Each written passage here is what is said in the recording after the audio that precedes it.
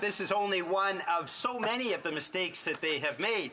But the fact that we have now had a number of amendments in good faith from a number of parties, including the Bloc and the NDP, and not a single Conservative proposer or the House Leader or the Deputy House Leader or the Whip or the Deputy Whip have been even in the House shows how seriously Conservatives take this motion today. I hate to interrupt this exchange. There will be 8 minutes and 50 seconds left in questions and comments when the debate resumes. Déclaration de député, statements, members. The honourable member for an opinion. Mr. Speaker, on November 13th, Somaliland held its presidential elections. I extend my congratulations to President-elect Abdirahman Mohamed Abdullahi Irio for his landslide victory. It is a testament to the trust and confidence the people of Somaliland have placed in his leadership. I want to recognize and thank the services of the outgoing President Muse Bihi Abdi. I also congratulate Kaha Party on winning to become one of the 3 officially recognized political parties. We are in a world where elections are often disputed, as recently witnessed in a couple of countries in Europe. The use of biometric voter identification and the peaceful transfer of power is not just a triumph for Somaliland, but a powerful inspiration to Africa and democratic countries around the world. Thank you, Mr. Speaker. The honourable member for Edmonton West. Thank you, Mr. Speaker. I rise to honour the Elves Special Needs Society, an organization that's made a profound impact on so many in Edmonton. We're fortunate to have many charities and not-for-profits that serve Edmonton, and Elves stands out as truly one of the best. Recently celebrating its 50th anniversary, Elves, named for the benefactor Milton Elves and not the North Pole Elves, began with just 3 staff members and 7 children. Over years has grown to a vital service supporting over 400 learners with severe disabilities and special needs. Now with 2 facilities, Elves provides personalized education and day programs that significantly enhance the lives of individuals and their families. With more than 200 dedicated staff now, Elves continues to offer inclusive, family-centered services. For 5 decades, Elves has remained true to its commitment to service, continually adapting and evolving to the needs of our community. Elves provide hope, love, dignity, and opportunity to those who need it the most. Thank you, Mr. Speaker. The honourable member for St. John's East. Mr. Speaker, I say this every year, but I can't believe it's December already. As a young girl, Christmas was a time of magic, lights, and foods that we rarely got to taste, the school nativity program, and early Christmas morning mass when I really wanted to be home with my toys. Then and now, it was a time of joy, new beginnings, and peace, and a season to remember acts of kindness. To all the frontline and essential workers, thank you for all that you do. To the many volunteers who work tirelessly for a more equitable society, thank you. To my constituents for your ongoing support, thank you. To my family, with love, thank you. And to the members visiting today, I love you. I couldn't do this without your support. To my colleagues and all in this House, I wish you all a Merry Christmas. Oh,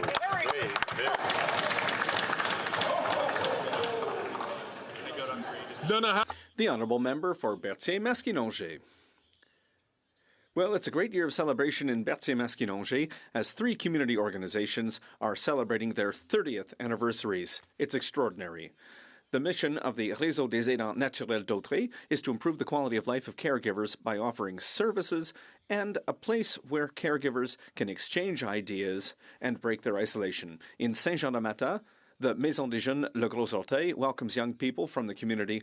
It offers them a safe environment in which they can pursue healthy activities and develop their social skills. And finally, the Centre L'Étape du Bassin de Maskinongé welcomes people struggling with addiction without judgment and in an atmosphere of mutual support. It focuses on intervention, prevention, and awareness raising. The people who make these 3 organizations work are making a real difference. They are changing and saving lives, Mr. Speaker. Congratulations on your 30th anniversary. Thank you for everything you do. The honourable member for Bourassa. Monsieur le Président, je suis... Mr. Speaker, I'm very pleased to recognize in the House of Commons that in November, the Global Leadership Award for outstanding contributions to the accountancy profession was awarded to Ms. Sheila Fraser. Ms. Fraser was born in Quebec, and she was the first woman to be Auditor General of Canada, a position she held from 2001 to 2011. She has received numerous distinctions: C. Emeritus in 1993, Fellow of the Order of Chartered Accountants of Quebec, Fellow of the Institute of Chartered Accountants of Ontario, and several honorary degrees.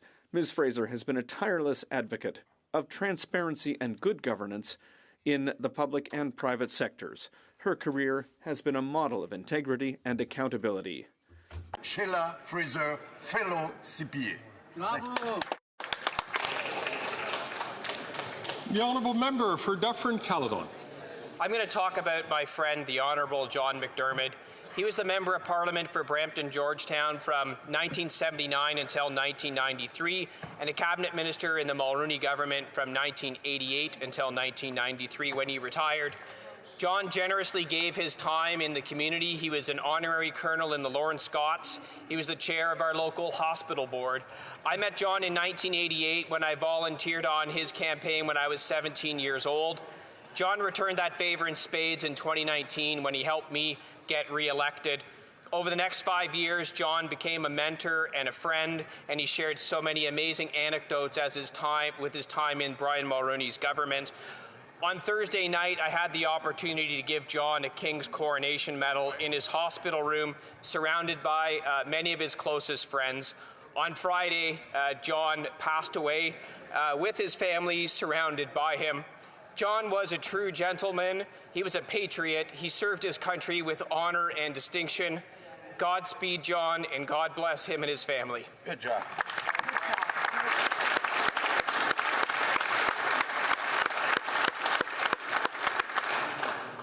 The Honourable Member for Newmarket Aurora. Mr. Speaker, on November the 12th, the 28th Annual Holiday Heroes Toy and Food Drive by York Regional Police officially kicked off. Over the years, it's helped over 100,000 Canadians in need by collecting donations of cash, gift cards, toys, non-perishable food items, and children's clothing.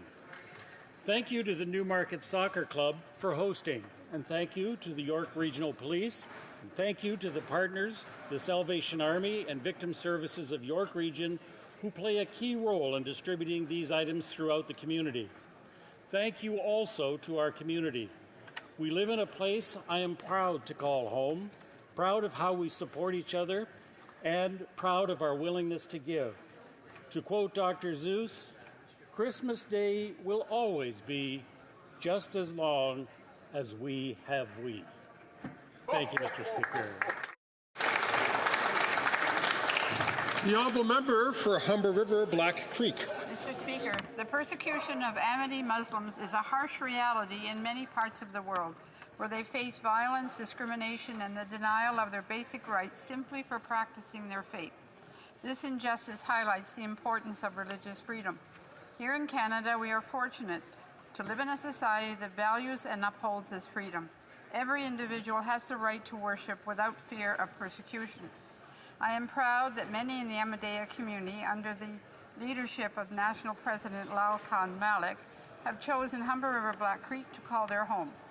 Our community is undoubtedly better for having the Ahmadiyya community amongst us, as they inspire us to their values of peace, tolerance, and community service.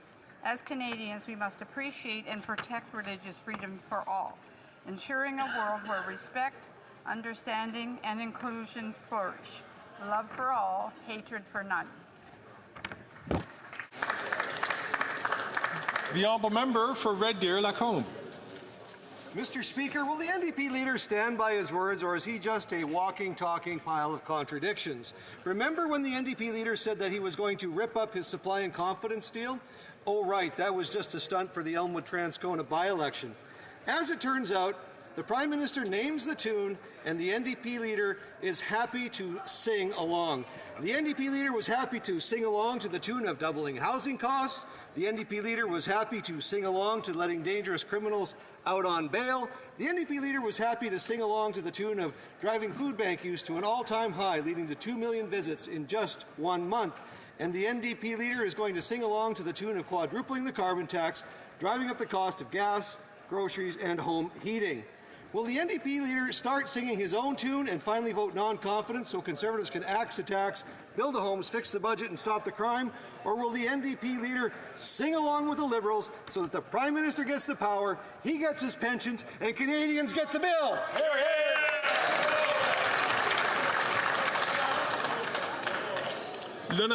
The Honourable Member for Ottawa-Vanier.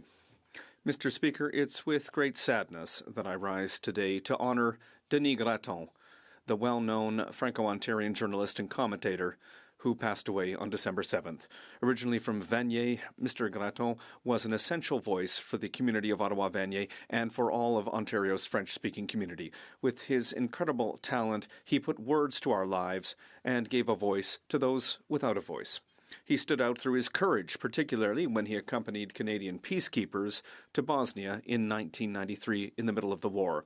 He played a key role in a number of historic moments, particularly in supporting the fight for the survival of the Montfort Hospital. His commitment to Francophones, his humanity, and his ability to make us think, laugh, and cry will not be forgotten. Denis was much more than a journalist. He was an ambassador for our culture and for our rights. My thoughts go to his family. Thank you, Denis.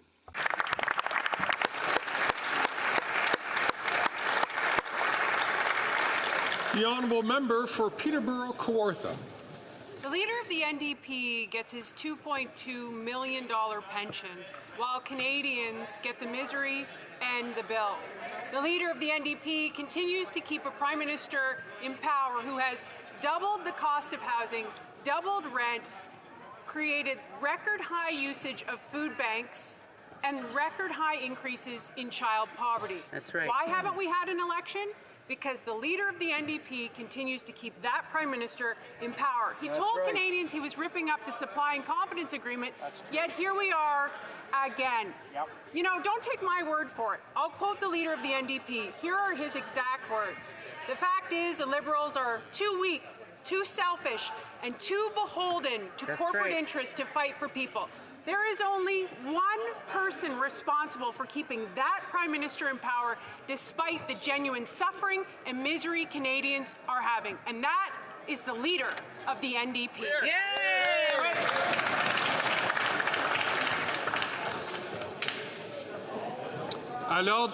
Order. The Honourable Member for Lévis-Lotbinière. Mr. Speaker, fall economic statements were created by the Liberal Party and by the Finance Minister Paul Martin with the goal of fighting the deficit. But the legacy of Mr. Martin is being tarnished by the new practices of this incompetent Liberal government. The target of a $40 billion deficit seems to have been missed, and not by just a few bucks. The PBO now expects that the federal deficit for 24-25 will be $46.4 billion, which blows past the already astronomical targets. Canadians want this government to be held accountable so that they can see how big the deficit is. And don't forget that deficit will be paid by future generations. A Conservative government will fix the budget by putting in place a dollar for a dollar law, which will require that any new spending be compensated with an equal amount of savings. That's how Canadian families manage their finances and get to the end of the month, and that's how a Conservative government will fix the budget.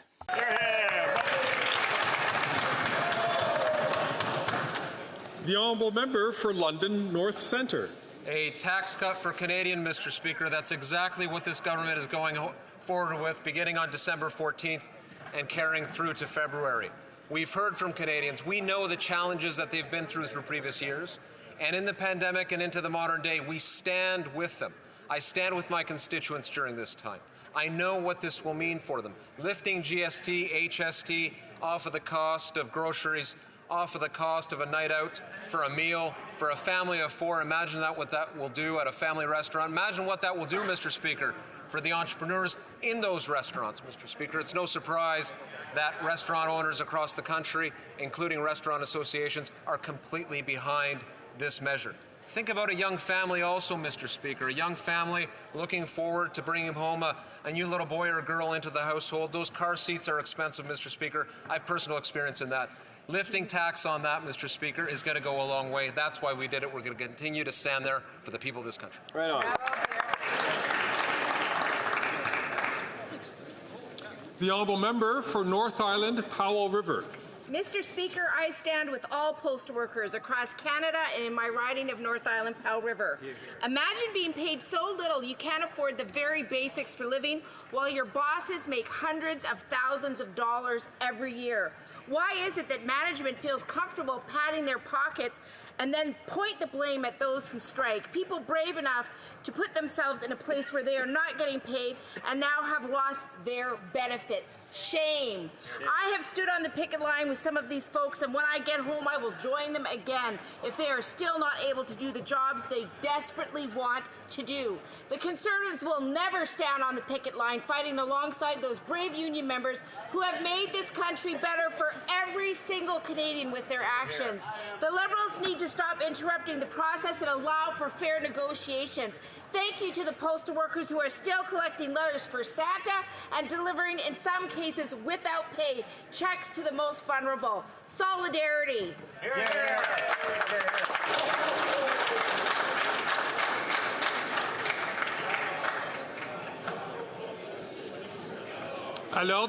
Order. The honourable member for La Salle-et-Marne Verdun. Today, I am celebrating the 75th anniversary of the Club Richelieu of Verdun. Volunteers in this association in my riding work very hard to promote the French language and to improve the lives of people in our riding with a host of charitable activities. Their motto is peace and fraternity. The members of this association don't hold back. They hold fundraising activities that benefit young people and the underprivileged in our riding. These activities include the poker tournament, the silent auction, and the dinners that have been held many times over the years. Since 1949, the list of charities funded by the club is very long. These include the Harmonie de Verdun, the Ancre des Gens, the Camp Richelieu-Saint-Côme, the Petit Renard, the Toujours Ensemble, and I also have to note the club's support for St. Vincent de Paul. And maybe you're not familiar with them, Mr. Speaker, but for the people of Verdun, they're very, very important. In the Southwest, we're a tightly woven community, and it's something to see. Long live Club Richelieu de Verdun.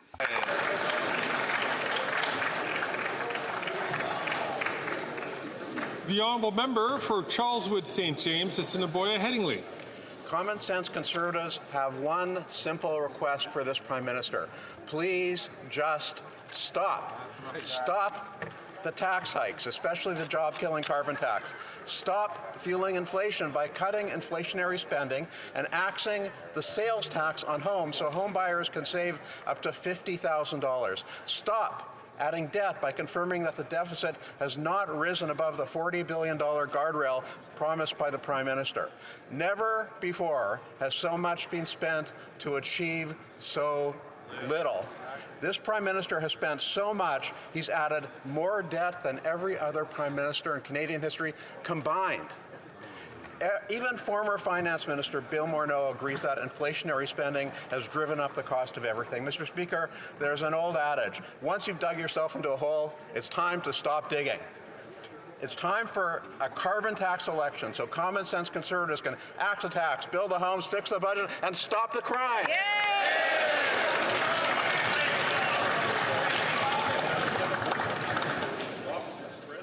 The honourable member for Winnipeg North. Yes, thank you, Mr. Speaker. We all know when the Conservatives hit the campaign trail, they talk a line of tax savings, Mr. Speaker. But when it comes right down to it, what do their actions on the floor of the House? Mr. Speaker, when it came a time to give a tax break to Canada's middle class, they voted no. They pose a question to you. How would you define hypocrisy, Mr. Speaker? When the Conservatives actually campaigned on giving a GST holiday in the last election, all of them, Mr. Speaker, including the leader of the Conservative Party, we bring forward a tax holiday on the GST, Mr. Speaker, and what do the Conservative Party do? What? They vote against a tax relief for the holiday season. Talk about the leader being a Grinch, Mr. Speaker. At the end of the day, you cannot trust the Conservatives. If you want a tax break, you vote for the Liberal Party, Mr. Speaker. Oral questions, questions orales.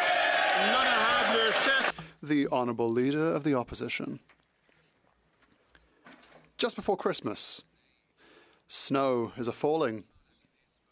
finally, the Minister will table her economic statement. After this Prime Minister has doubled our national debt, adding more to our debt than all former Prime Ministers combined. He's doubled the cost of housing with bureaucracy that has been hampering building. He's doubled the number of people who have to go to a food bank with taxes on food. We're asking for one thing: stop. Stop tax increases. Stop inflationary spending. Stop adding debt to Canadians. The Honourable Member, the Honourable Minister for Justice. Mr. Speaker, we are very proud of our economic record, and we'll present it on the 16th of December, so next week. We will talk about our record on the economy. Inflation is within targets put forward by the Bank of Canada. The Bank of Canada's key interest rate has gone down 4 times consecutively, and that is our economic record, and we're very proud of it. The Honourable Leader of the Opposition. He's so proud of this statement that he wants to bury it in snow, Mr. Speaker. We want them to stop. Stop taxing people. We want them to eliminate GST on new home builds, which would be one way of stopping inflationary taxes that have led to a costly life in Canada. We want promises to be kept. The Minister said that deficits would not go beyond $40 billion. Will she respect that promise, yes or no? The Honourable Minister for Human Resources and Energy.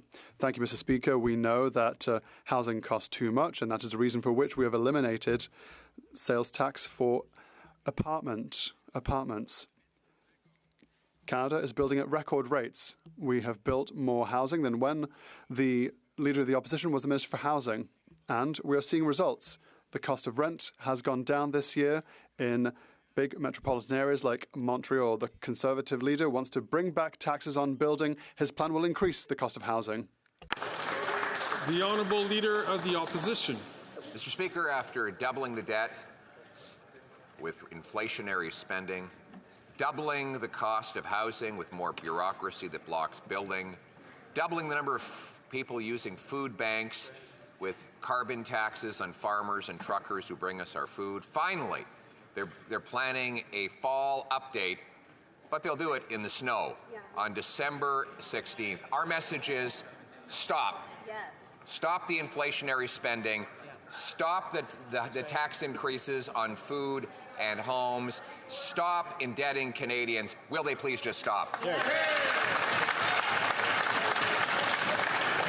The Honourable Minister of Justice and Attorney General. Mr. Speaker, on the 16th of December, we will present our economic record in this chamber, and we will talk about the fall economic statement. And I anticipate that you're going to hear a lot about the economic record that we've amassed. One thing that I anticipate you'll hear about is what we've done with respect to childcare. On childcare, an economic affordability model, we've brought it down to $10 a day in 8 provinces. That has resulted in 110,000 women joining the workplace. What is that record, Mr. Speaker? 85% of women are now participating in the workforce in Canada. That is a record high. That is what we stand behind on this side of the House.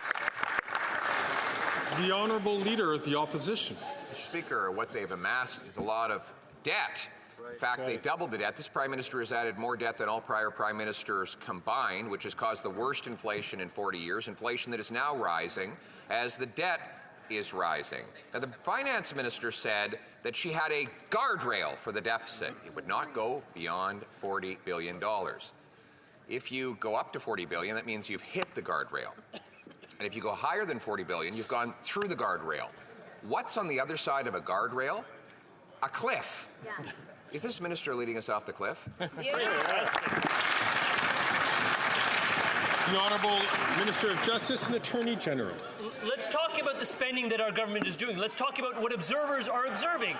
Tiff Macklem, I'm pretty sure he knows who that is, the Governor of the Bank of Canada, says we're no longer longer trying to get inflation down. Government spending is not pushing against getting inflation down. We have already brought it down. Let's talk about David Dodge, the former Bank of Canada governor who was in place when that member was in cabinet. He said because it was obsessively focused on reducing the federal deficit over fiscal years 2011 to 2016, the Harper government unnecessarily contributed to a slower rather than a more muted recovery. We're not going to follow that playbook because it didn't work.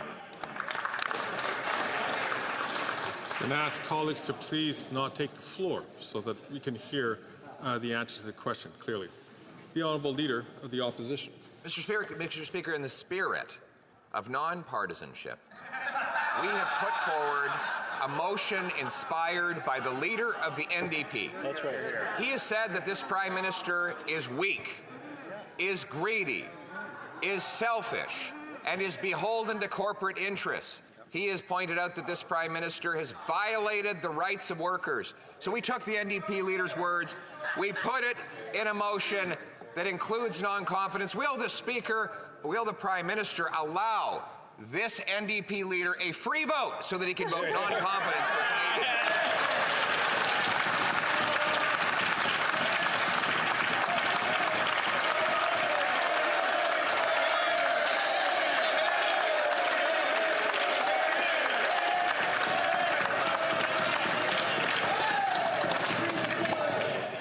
See, that is stretching the limits, of course, of question dealing with the administration of government, but I see that the Honourable Government House Leader is on her feet. Thank you, Mr. Speaker. One thing that we know, Mr. Speaker, is that the Leader of the Opposition certainly doesn't allow any free votes for his members of Parliament.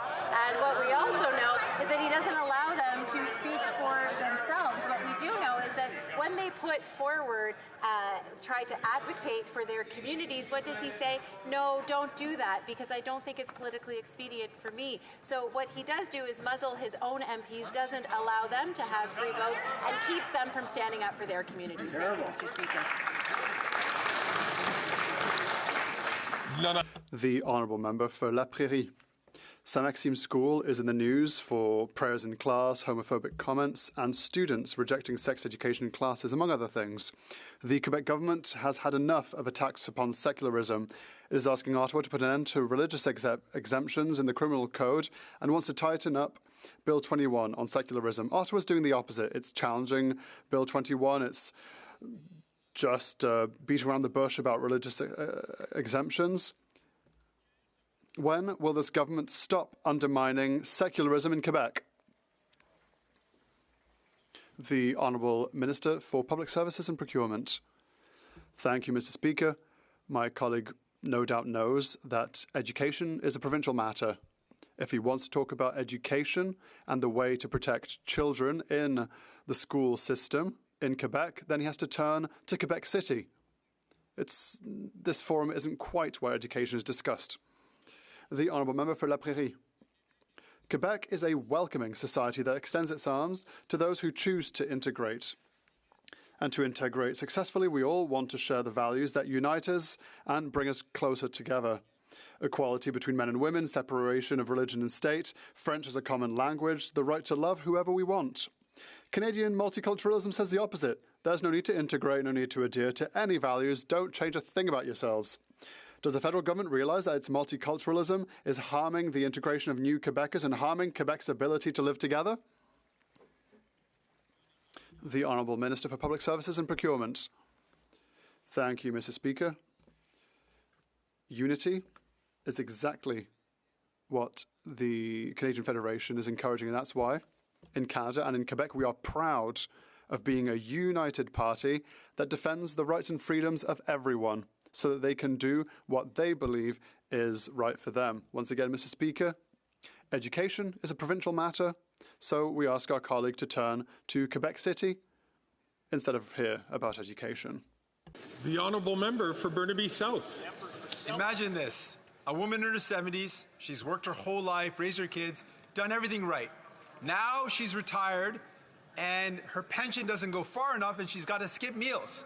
The Prime Minister believes that someone earning $140,000 a year deserves a check of $250, but that she doesn't.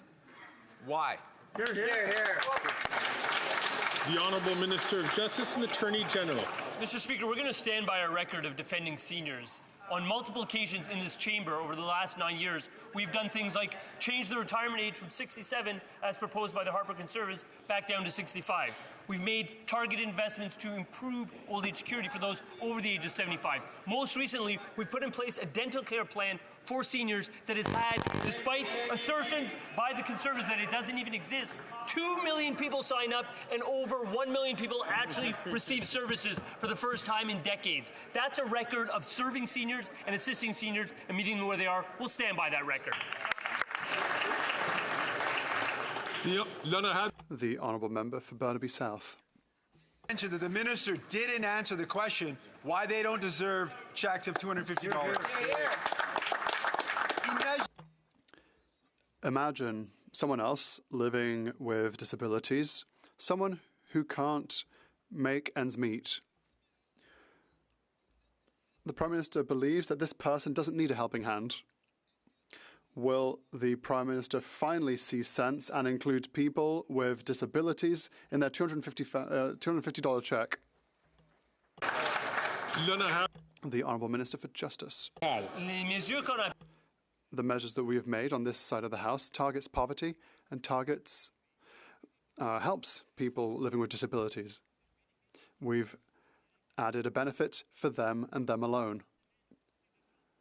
What we want to do over the last few weeks is to make changes to GST that will help all Canadians. We will always fight against poverty, and numbers show that we have managed to do so with a reduction in the poverty rates in Canada. Thank you. The Honourable Member for Leeds, Grenville, Thousand Islands and Rideau Lakes. Today, the NDP leader has a chance to prove that he didn't sell out Canadian workers for his own pension. Now, he famously promised Canadians that he ripped up his coalition with the Liberals, saying they, quote, were too weak, too selfish, and too beholden to corporate interests to fight for people. Now, Conservatives agree, and Canadians want a carbon tax election. So, will the Prime Minister allow the NDP leader to vote for his own words, or did the PM whip the NDP vote to block a carbon tax election?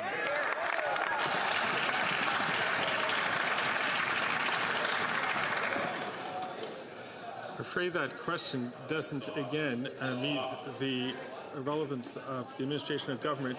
I do see the government House leader rising to answer. Colleagues, a couple of things. One, let's make sure that when someone has the floor, that no one else is taking the floor. And B, colleagues, I would hate for us to repeat what had gone on Friday. The Honourable Government House Leader. Thank you, Mr. Speaker. As you mentioned, there was actually no question for the government there, but if the member opposite wants to talk about pensions, he could talk about the pension of the leader of the opposition, who, because he's been here for 2 decades, is estimated at being about $2 million, Mr. Speaker. And if he wants to talk about muzzling of members of parliament, he should probably pose the question to the leader of his own party, who doesn't like MPs that don't ask the questions that he wants them to ask. In fact, we see all of them around the outskirts of the Conservative area in this House of Commons. Thank you, Mr. Speaker. The Honourable Member for Leeds, Grenville, Thousand Islands and Rideau Lakes. Well, it looks like this Prime Minister has lost control of everything except his control over the NDP. Now, according to the NDP leader's own words, quote, "You're never going to count on us if you're going to take away the rights of the workers. Never." Now, we've seen that this Prime Minister has done just that, ordering binding arbitration. But the question is, what has this Prime Minister promised to the NDP in exchange for their support for his failing government and his failed carbon tax?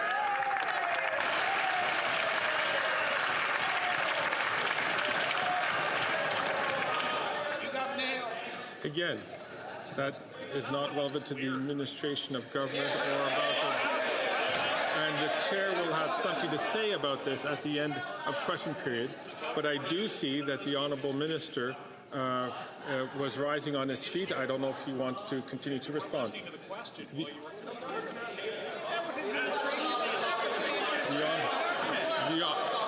I see no minister rising. The Honourable... The honourable member for Calgary Nose Hill. Mr. Speaker, every time that there's a ruling about the government on this issue, there's an absolutely material question, which is the Liberal or the NDP say one thing over and over again, and then come in and support the Liberals. So asking what the Liberals have promised the NDP in favor of their support after time and time again saying all of these things, they keep supporting the government. So what has the government promised the NDP to avoid a carbon tax election?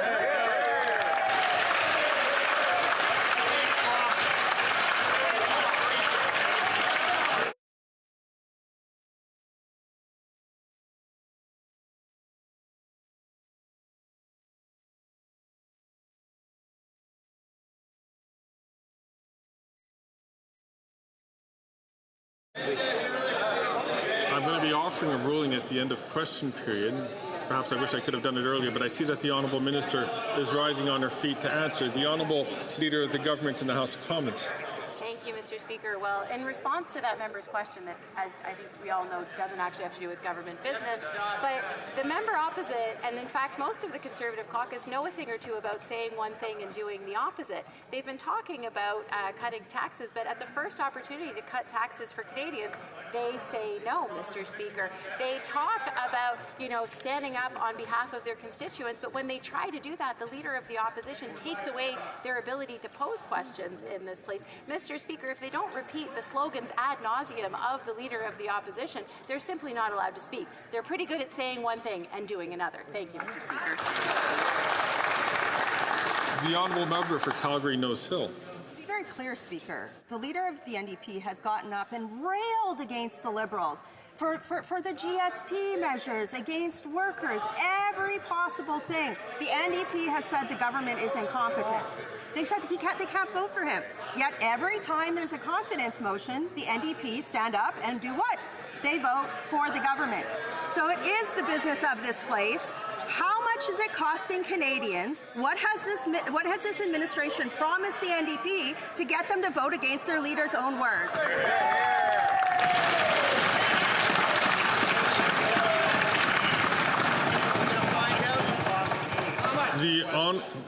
Once again, the Honourable Government House Leader is rising to her feet. Thank you, Mr. Speaker. I think the honourable member knows something about railing against a leader, but one question that she might want to ask the leader of her party is why he won't get a security clearance. I believe last week at committee we heard from another Conservative leadership contestant about alleged interference by India in the Conservative leadership race, but the Leader of the Opposition refuses to get a security clearance to actually learn about what happened. Mr. Speaker, he should put the security interests of Canadians ahead of his own personal interests. Thank you, Mr. Speaker. The Honourable Member for Louis Saint Laurent. Mr. Speaker, on the 4th of September, all Canadians witnessed the Leader of the NDP ripping up the agreement with this Liberal government. He was really convincing at the time. He said the Liberals are too weak, too selfish and too beholden to corporate interests to fight for the people. That was on the 4th of September. But today, the 9th of December, will the Leader of the NDP allow his members to vote for themselves against him? And if they vote following the party line, how much will this cost to Canadians? Once again, I would like to encourage all members to refrain from speaking when they're not recognised in the House of Commons. Once again, we are in a situation where the speakership is not in the most enviable position because the question doesn't have to do with government,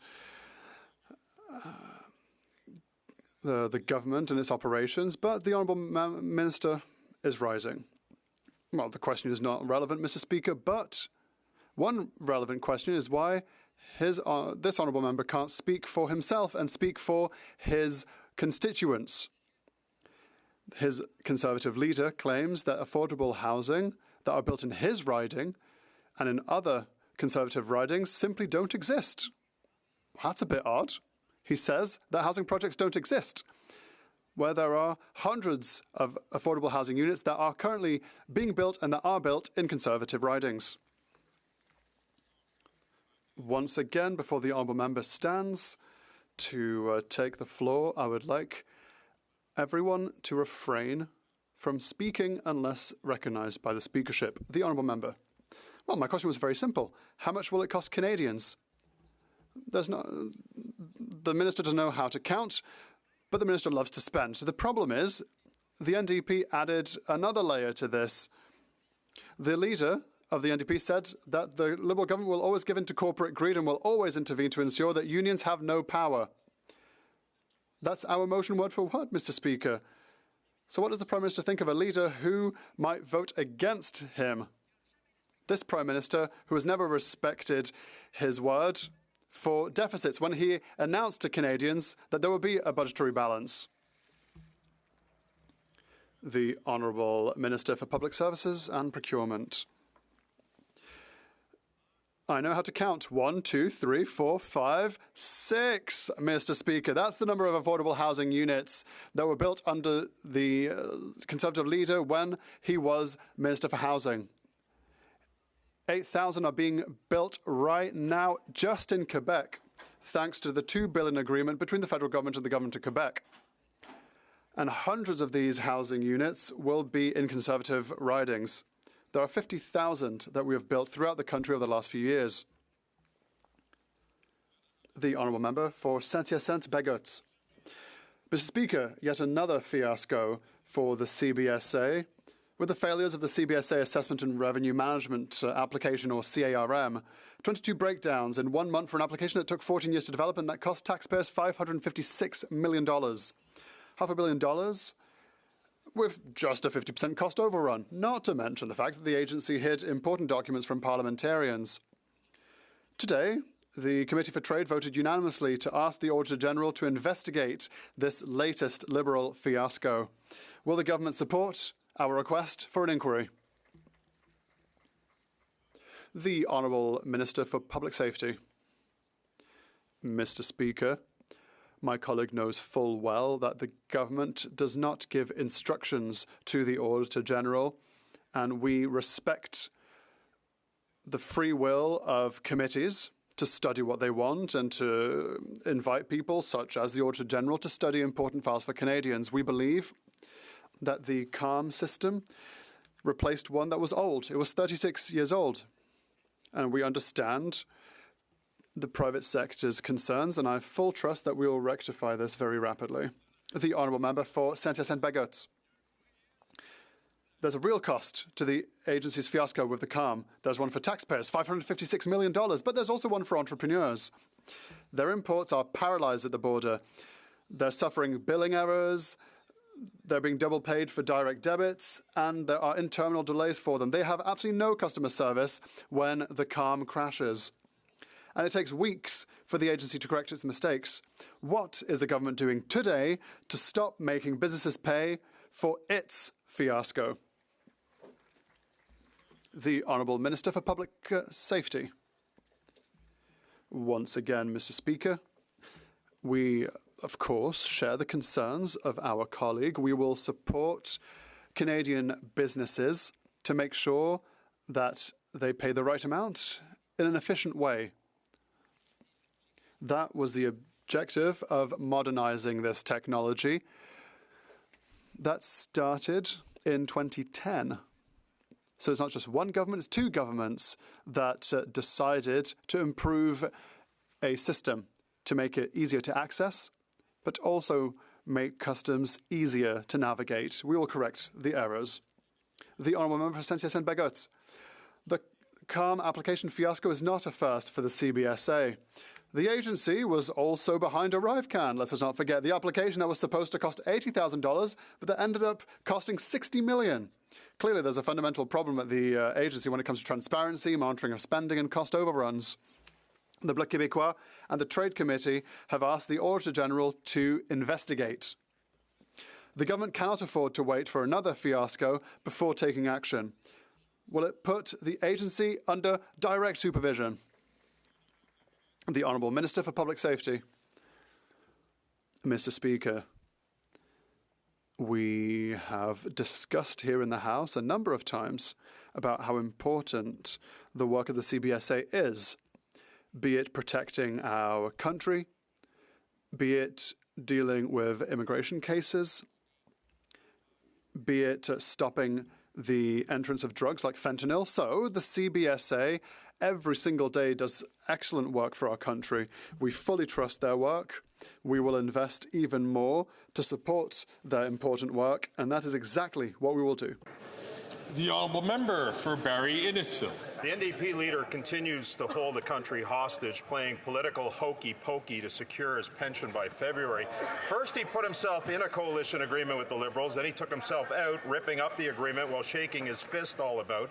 Now he's put himself back in, taping the agreement together, turning himself around after saying he would vote no confidence. So what deal did the Prime Minister make with the leader of the NDP to secure his vote of confidence, and how much will it cost Canadians? Find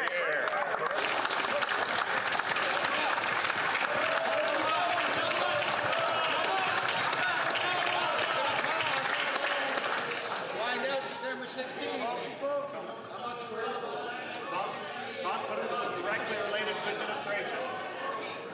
What's it going to cost us?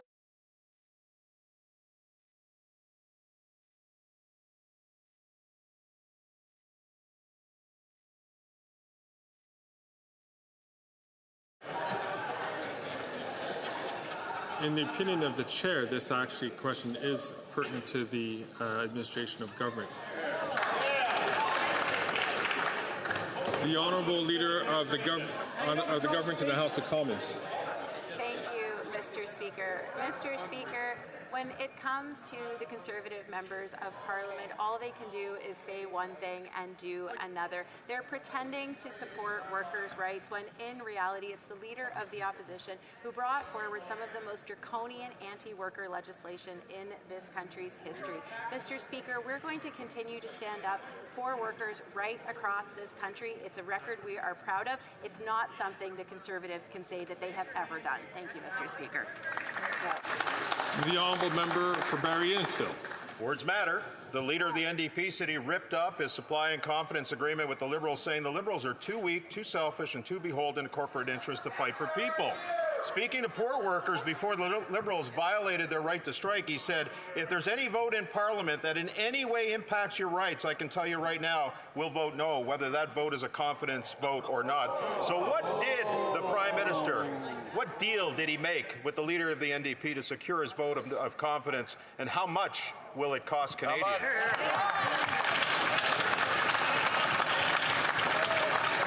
The Honourable Minister for Labour and for Seniors. Mr. Speaker, Bill C-377 and Bill C-525 will go down in history as some of the most oppressively anti-Labour legislation ever passed in this Parliament. One of the very first acts of this government was to repeal both of those pieces of legislation. The author of those pieces of legislation was none other than the leader of the opposition, its chief architect, its chief salesman. He's the most anti-worker leader ever elected to this House of Commons.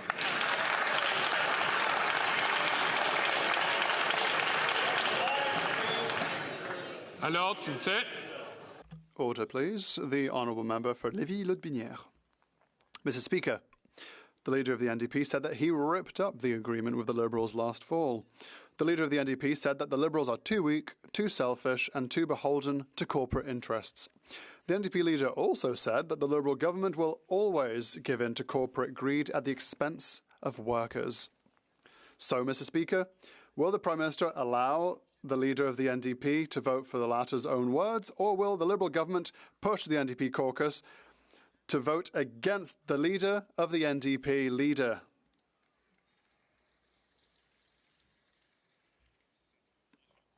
This time I'm not particularly convinced that this is a pertinent question to government operations, but the Honourable Minister for Labour and Seniors is rising.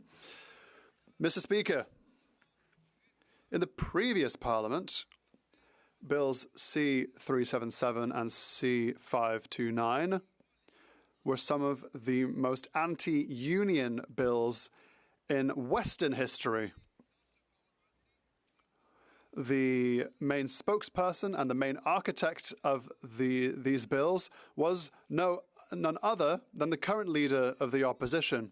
So, he is the most anti-union leader in the history of Canada. I ask him to ask the honourable member to ask his leader about his leader's opinion. For Winnipeg Centre.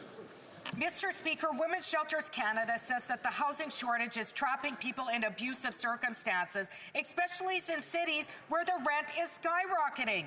In Saskatchewan, victims are fleeing to rural areas with cheaper rents, but with fewer social supports and public resources. And shelters in the Greater Toronto area are overwhelmed because rents are out of reach. Liberals have let people down. Survivors need affordable housing to seek safety from abusers now. When will the minister deliver affordable rent-geared to income housing to save lives? The Honourable Parliamentary Secretary to the Minister of Housing, Infrastructure and The Communities. colleague is right, Mr. Speaker. We do need more affordable housing in Canada. We do need more shelters in Canada. And that's why this federal government has put forward the National Housing Strategy that is doing just that. The member began her question by pointing to vulnerable women. I sympathize in my own community and communities across the country. It remains not just a challenge but a crisis, and that's why the housing strategy that I mentioned just now has placed a focus on ensuring women are housed who have experienced domestic violence. Why the Rapid Housing Initiative is doing the same thing. We have more to do, and we will do that work in partnership with any interested party. I know the Conservatives won't be there, Mr. Speaker. The Honourable Member for Nanaimo Ladysmith. Mr. Speaker, families in Nanaimo Ladysmith are trying to get by, but times are tough, with more and more people relying on food banks. Loaves and Fishes and its many volunteers have gone above and beyond, but they require funding to expand and meet the growing need. Despite ample attempts, the Liberals have not delivered. So, Mr. Speaker, I will ask again, will this government finally provide Loaves and Fishes with the funding required so people on Vancouver Island are not left to go hungry? The Honourable Minister for Families, Youth and Social Development. Thank you, Mr. Speaker. I often take the opportunity to meet with volunteers at food banks in my community here in Ottawa and across the country. And what I hear consistently, Mr. Speaker, is what a difference the Canada Child Benefit has made for families that are relying on a food bank for service. The Canada Child Benefit provides monthly support for families up to $7,800 a year per child. This is timely support, which we know the Conservatives would oppose. The Honourable Member for Scarborough Agincourt. Mr. Speaker, the government is introducing a 2-month tax break for all Canadians. After all their talk about cutting taxes, you would expect the Conservatives to walk the walk and support this measure, but they voted against it. Can the Minister of Small Business speak more about what the government is doing to make life better and safer for Canadians and businesses? Good question. Yes. Good question. The Honourable Minister for Small Business. Mr. Speaker, the Conservatives are all talk and no action. Starting December 14, Canadians will get a GST holiday. The Conservatives talk about axing the tax, but they voted against removing the GST off groceries and family essentials. They say they'll build the homes, but vow to cut the Housing Accelerator Fund, which is helping build hundreds and thousands of homes right across the country.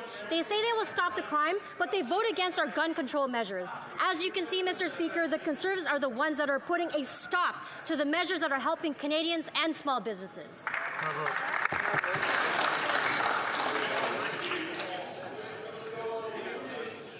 Order, please. The Honourable Member from Calgary Forest Lawn. This Liberal NDP government created a fall fiscal fiasco as they failed to table their fall economic statement. After 9 years of inflationary deficits, adding more debt than every government before them combined, they have a lot to hide. Even the parliamentary budgeting officer said this feudal finance minister blew through her own fiscal guardrail of her $40 billion deficit. Why don't they just stop the economic arson, stop the tax hikes, stop the inflationary deficits, stop adding to the debt, and call a carbon tax election now? The Honourable Parliamentary Secretary to the Minister of Innovation. Well, Mr. Speaker, we know that the only thing the Conservatives are serving up for Christmas dinner are stale slogans. They've been trying to change the channel. The Bank of Canada governor said at a Senate committee recently, government spending is not pushing up or pushing against us getting inflation down. The parliamentary budget officer also recently said the current fiscal policy in Canada is sustainable. He also said we could spend up to 1.5% more of GDP. What's appalling is to understand how the Conservative Party of Canada won't step up to support a tax break with all their obsession about tax cuts.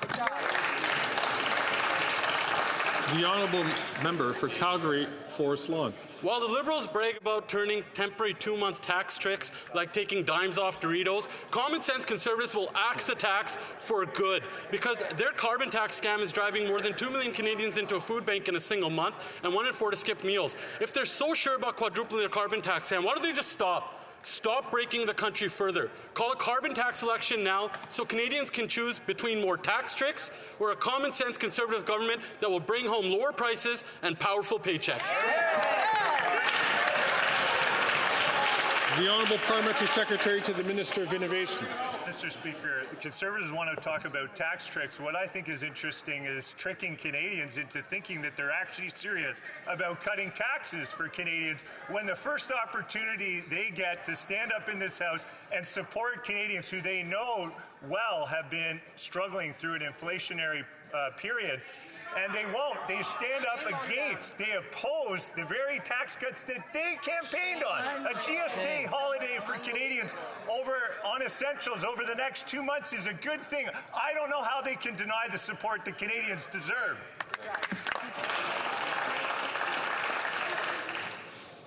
The Honourable Member for Simcoe North. Mr. Speaker, last year the Finance Minister said that the deficit would be less than $40.1 billion. And now Parliament's still waiting for the public accounts to confirm whether the minister kept that promise. Can the minister spare us the suspense and tell us what the deficit was for last year? The Honourable Parliamentary Secretary to the Minister of Innovation. Mr. Speaker, our government has stuck to our fiscal guardrails, and that's exactly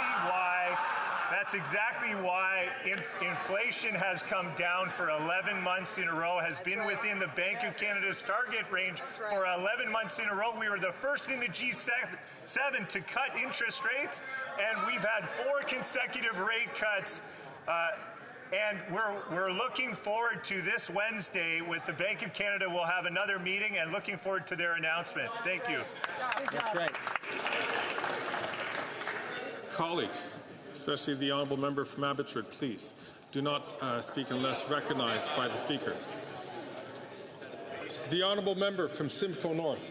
Mr. Speaker, what is the point of making promises that you don't intend to try or even keep? In 2020, the Finance Minister said that when the need for stimulus was over, it would be withdrawn. They didn't withdraw it. Then it was that the debt to GDP ratio would continue going down, except 1 year later, it went up. And then she said the deficit would be less than $40.1 billion. And lo and behold, we find out she's broke that promise too. So when will someone at least admit that these folks are committing economic vandalism and tell us what the deficit is, or are they just worried that it's going to shred all the credibility that she has left? The Honourable Parliamentary Secretary to the Minister of Innovation. Our government will stack up and compare our record to the Conservatives and run on that any day of the week and twice on Sundays. Order. I'm going to ask the honourable members to please not take and have conversations over those, especially those who are using devices to be able to listen to the proceedings of the House. The Honourable Parliamentary Secretary from the top, please. From the top. Our government will stack up and run on our record, our fiscal and economic record against the Conservatives any day of the week and twice on Sunday. And I'm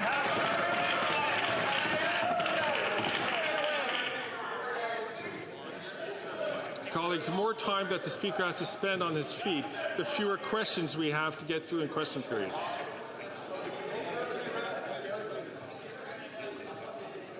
The Honourable Parliamentary Secretary. Thank you, Mr. Speaker. Our government will run on our record on economic policy against the Conservatives any day of the week, and twice on Sundays. We have a AAA credit rating, the lowest deficit, the lowest net debt to GDP ratio. We have seen that the Stats Canada has revised the forecast for Canada for the last 3 years up, which is significant. And we're also rated by the IMF to have the strongest GDP growth in the G7. I think that economic record stands for itself, Mr. Speaker.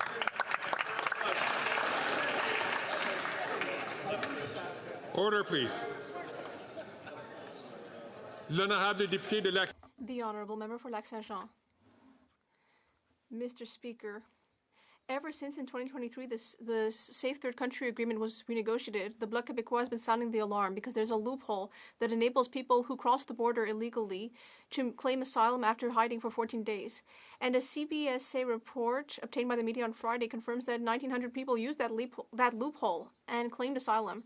That's just between April and September 2023. According to the CBSA, the real numbers are almost certainly higher. Will the government finally take action and do something about this 14-day loophole? The Honourable Minister of Immigration, Citizenship and Refugees. Well, if I understand correctly, Mr. Speaker, my colleague wants me to take action instantly here on the floor of the House of Commons without even letting the U.S. know. Of course, we care about safety and security at the border. We will continue to take action to guarantee that. I hope the Bloc Québécois will support our reform to the asylum system, which we'll be bringing forward soon, because last time, despite the fact that we were supported by the government of Quebec, they said no. It's really inconsistent, Mr. Speaker. The Honourable Member. Well, it's his job to answer questions. This is question period, Mr. Speaker.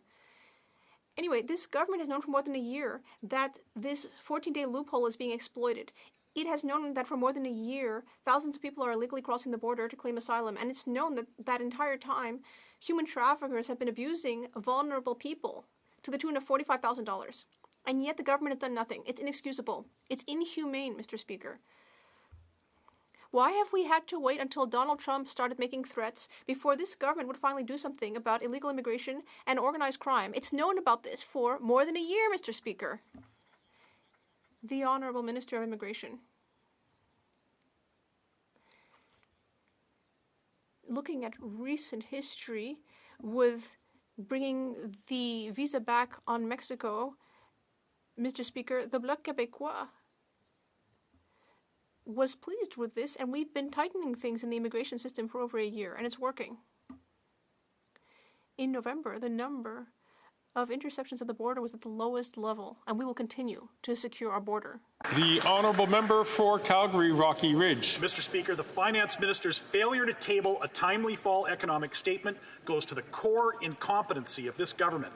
Canadians need a government to axe the carbon tax, build more homes by exempting the GST from new home construction, and fix the budget by getting spending under control. And Canadians are tired of waiting. Can the Finance Minister confirm if she will keep her promise that the deficit will not exceed her $40 billion fiscal guardrail? Yes or no, please? The Honourable Parliamentary Secretary to the Minister for Innovation. Mr. Speaker, it is great to learn today that our government will announce the fall economic statement. It will be tabled on December 16th, which is good news. And, you know, what's interesting is when the Conservatives say fix the budget, what they really mean to say, like Canadians should hear that as translated, means cut programs and services that Canadians rely on. Whether it's dental care, pharmacare, early childhood and education, any of the signature programs that have supported Canadians through this inflationary crisis, they're going to cut all of them. Honourable Member for Calgary, Rocky Ridge. Well, Mr. Speaker, it's nearly Christmas, and we're still waiting for the fall economic statement and for the public accounts, both of which should have been tabled in October. That's just basic management. Canadians need to know how much debt this government's piling on, and if this government can't even manage the basics, like giving Canadians the straight facts about the public's finances, will they call an immediate election so that Canadians can elect a government that will? Hear, hear! Hear, hear! The Honourable Parliamentary Secretary to the Minister of Innovation. I've been here for 5 years. Thank God for the people of Whitby. I have never seen the level of obstruction in this House that I've seen over the last 40-something days, where the Conservatives have continued to filibuster and block every aspect of parliamentary functioning and work, and they're standing up complaining that the fall economic statement is just a bit too late for them. Well, you have done it to yourselves.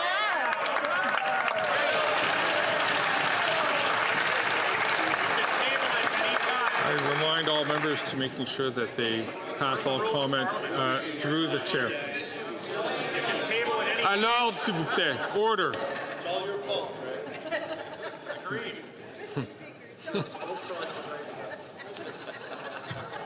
Don't make me laugh.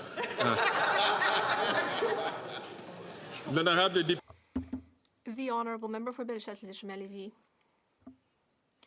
We need to stop these tax hikes and the skyrocketing debt and inflation, but that doesn't seem to matter to the Liberal bloc. But it's extremely important to the common sense Conservatives. We need to leave money in the pockets of Quebecers. That's our vision. We are wondering why the Bloc Québécois voted twice against our non-confidence motions and propped up this bad government that is hurting people every day. When will we have elections so that Quebecers can finally do something to choose a Conservative government and keep money in their pockets? The Honourable Minister of Public Services and Procurement. Thank you, Mr. Speaker. Our colleague talked about common sense. Well, what is total nonsense is that in her own riding, there are 100 affordable housing units that are currently being built on Léo Couture Boulevard. They are currently being built by the Lévis Municipal Housing Bureau, and Minister Drainville from the Government of Quebec and other stakeholders, and they're very proud of what they're accomplishing. And yet she lets the Conservative leader pretend that these housing units don't exist, and he also seems to want to stop construction of them. For Fawn Woodbridge. Mr. Speaker, the government has introduced a GST tax break during the holiday season that will help Canadians keep more money in their pockets, especially families with young children who need it most. Meanwhile, the Conservative leader and his party voted against this holiday tax break, all while they keep preaching to be in favor of tax cuts and helping Canadians. Can the Minister of Diversity and Inclusion please tell us what this federal government is doing to support hardworking Canadians during the Christmas season? Thank you, Mr. Speaker. The Honourable Minister for Diversity and Inclusion. Mr. Speaker, it is indeed ironic that the Conservative leader, who loves to talk about cutting taxes, was quick to vote against the very tax cut that would put real money back in the pockets of Canadians. Mr. Speaker, we have already cut taxes for middle class and small businesses, and now with this GST cut, we're giving even more support for families. It's too bad, Mr. Speaker, that the Conservatives are only allowed to serve the needs of their leader rather than their own constituents. Our government will continue to focus on what matters, and that is delivering for Canadians. Thank you, Mr. Speaker. The Honourable Member for Portneuf-Jacques-Cartier. Mr. Speaker, everyone knows that over the last 9 years, this Liberal government has plunged Canadians into debt. And on 2 occasions, unfortunately, the Bloc Québécois has propped this government up. Quebecers deserve much better. Once again, this minority government has lost control of public funds, since once again it will be tabling the fall economic statement not long before the holidays. Is this the Christmas present that we're going to be getting? An extra deficit from this wasteful government? Avant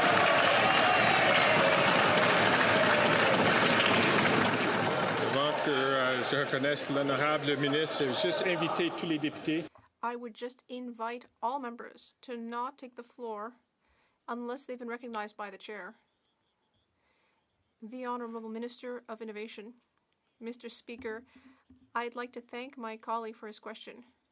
I know that the holidays are coming up, and the Conservatives love hearing children's stories and slogans, but even the member for Portneuf-Jacques-Cartier, a person I respect, but he knows perfectly well that we've made record investments. In 2023, Canada was the third country on the list of the countries that received the most investment, and we are investing in Canadians, in industry and Canadian workers.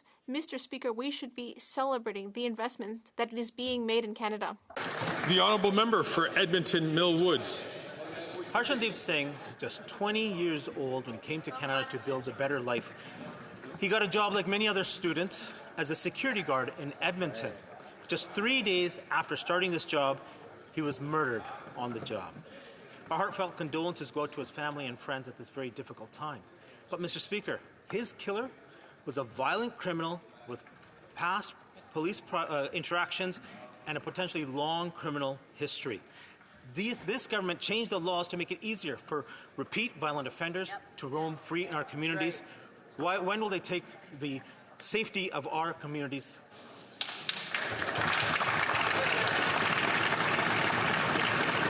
The Honourable Minister of Justice and Attorney General.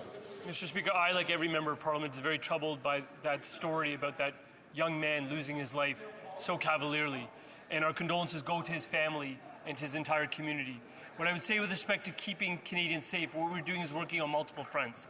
Part of that deals with gun control, and that's assault weapons and handguns. Another part of it is the bail reform, which we implemented at the behest of the provinces. And if there's more that needs to be under the criminal code, we are open to that. But we're also keen on seeing in the province of Alberta and in other provinces investments being made in courtroom spaces, in police officers, in JPs, and in Crown attorneys, so we can all do the work we need to keep Canadians safe. The Honourable Member for Edmonton Mill Woods. Mr. Speaker, violent gun crime has gone up over 100% since they have been in power. And in 1 year, 256 Canadians have been murdered by somebody that was out on bail or out on some type of condition. Harsdeep Singh's murder and many others cannot be accepted as just an unfortunate, unavoidable incident. It is a serious systemic failure when our government allows violent criminals with a long criminal record to go freely in our communities. When will the NDP Liberals stop this madness and prioritize the safety of Canadians? Because if they won't do it, we're ready. Great job. The Honourable Minister of Justice and Attorney General. Mr. Speaker, the safety of Canadians is all of our responsibility. The tool that we have in this chamber is the Criminal Code of Canada. The tool that the provinces have is implementing the administration of criminal justice in their localities. What does that mean? That means hiring police officers. It means hiring crowns to argue about bail cases. It means ensuring JPs have the training to apply the law, and it means ensuring that there are detention facilities so that to house people who are being denied bail. These are critical facets that need to be invested in. We're doing the work we need to on the criminal code, and we'll continue to do so. What we expect is cooperation from the provinces. The Honourable Member from Steveston, Richmond East. Mr. Speaker, countries and businesses around the world are heavily investing in artificial intelligence. The benefits of this cutting-edge technology are already growing, finding efficiencies and spurring innovation. It's imperative that we secure the Canadian advantage. Can the Minister of Innovation, Science and Industry update this House on how he's making sure that Canada leads the global shift to AI and that our workers, like the many AI companies in my hometown of Richmond, are the ones benefiting from the jobs and growth that come along with it? The Honourable Minister for Innovation. Speaker, I'd like to thank the member for a great question, Mr. Speaker, because AI is in fact the defining technology of our time, Mr. Speaker. It's going to have an impact on every industry and every sector of economy, and it's going to help with productivity. Mr. Speaker, just last week, we announced our sovereign AI compute strategy to help build more data centers in Canada, to build essential infrastructure in our country, and to make sure that small and medium-sized businesses could access compute capacity. Mr. Speaker, we're going to work on this side of the House to make sure that we continue to be leader in AI, in responsible AI, attracting investment, attracting talent. Let's celebrate Canada, Mr. Speaker. L'honorable député de Rose. The Honourable Member for Rosemont-la-Petite-Patrie. Mr. Speaker, with the help of the Liberals, private investors have bought Norgate Apartments in Montreal. That's the biggest housing purchase in Quebec in 2024. And yet there is a housing crisis happening. People are very concerned about the fact that the Liberal government has let them fall through the cracks. Montrealers can barely afford rents as it stands. Instead of helping private investors get rich, the government could have helped build more affordable apartments. Why place the interests of private investors ahead of those of Montrealers? The Honourable Minister of Tourism. Thank you, Mr. Speaker. I'd like to thank my colleague for his question. It gives me an opportunity to tell him, if he doesn't know already, that we have just made an announcement, in fact, in my writing, to bring 720 units outside market pricing. That's 720 new affordable units, because we don't just want to build new affordable housing. We want to make it sustainable and ongoing. The honourable member for Kitchener Centre. Mr. Speaker, the Canada Council for the Arts has not only had its funding cut in recent years, but significant inequities remain, leaving communities like mine dramatically underfunded. Today, MPs from 4 parties in this House have co-signed a letter, again bringing this to the attention of the Minister and calling for action. Will the Minister of Heritage commit to working with all interested MPs to restore federal arts funding and ensure all communities get their fair share? The Honourable Parliamentary Secretary to the Minister for Canadian Heritage. Thank you, Mr. Speaker. Whether it's funding for the Fringe Festival in Vancouver or the Mermaid Theatre in King Hence, our government will always be there to support the arts. And I want to assure that member that I will work with him. We will work with him and any members that are interested in ensuring long-term sustainable funding for the cultural sector in this country. This afternoon, I'll be meeting with the CEO of the Canada Council for the Arts. We'll take this conversation up as well. But, Mr. Speaker, unlike Conservatives who believe that arts are only an elite topic, our party and at this side of the House, we believe that arts are the soul of a nation, and we will be there to support artists and the culture sector at every turn.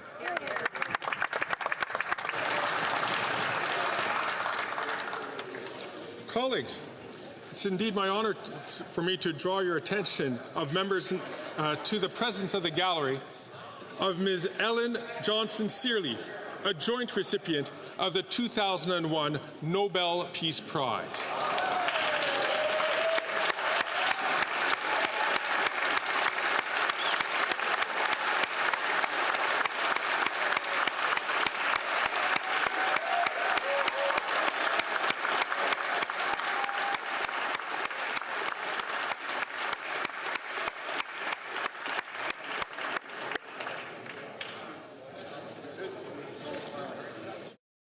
Being 3:16, the House will now proceed to the taking of the deferred recorded division on the motion of Mr. Poilievre relating to the business of supply.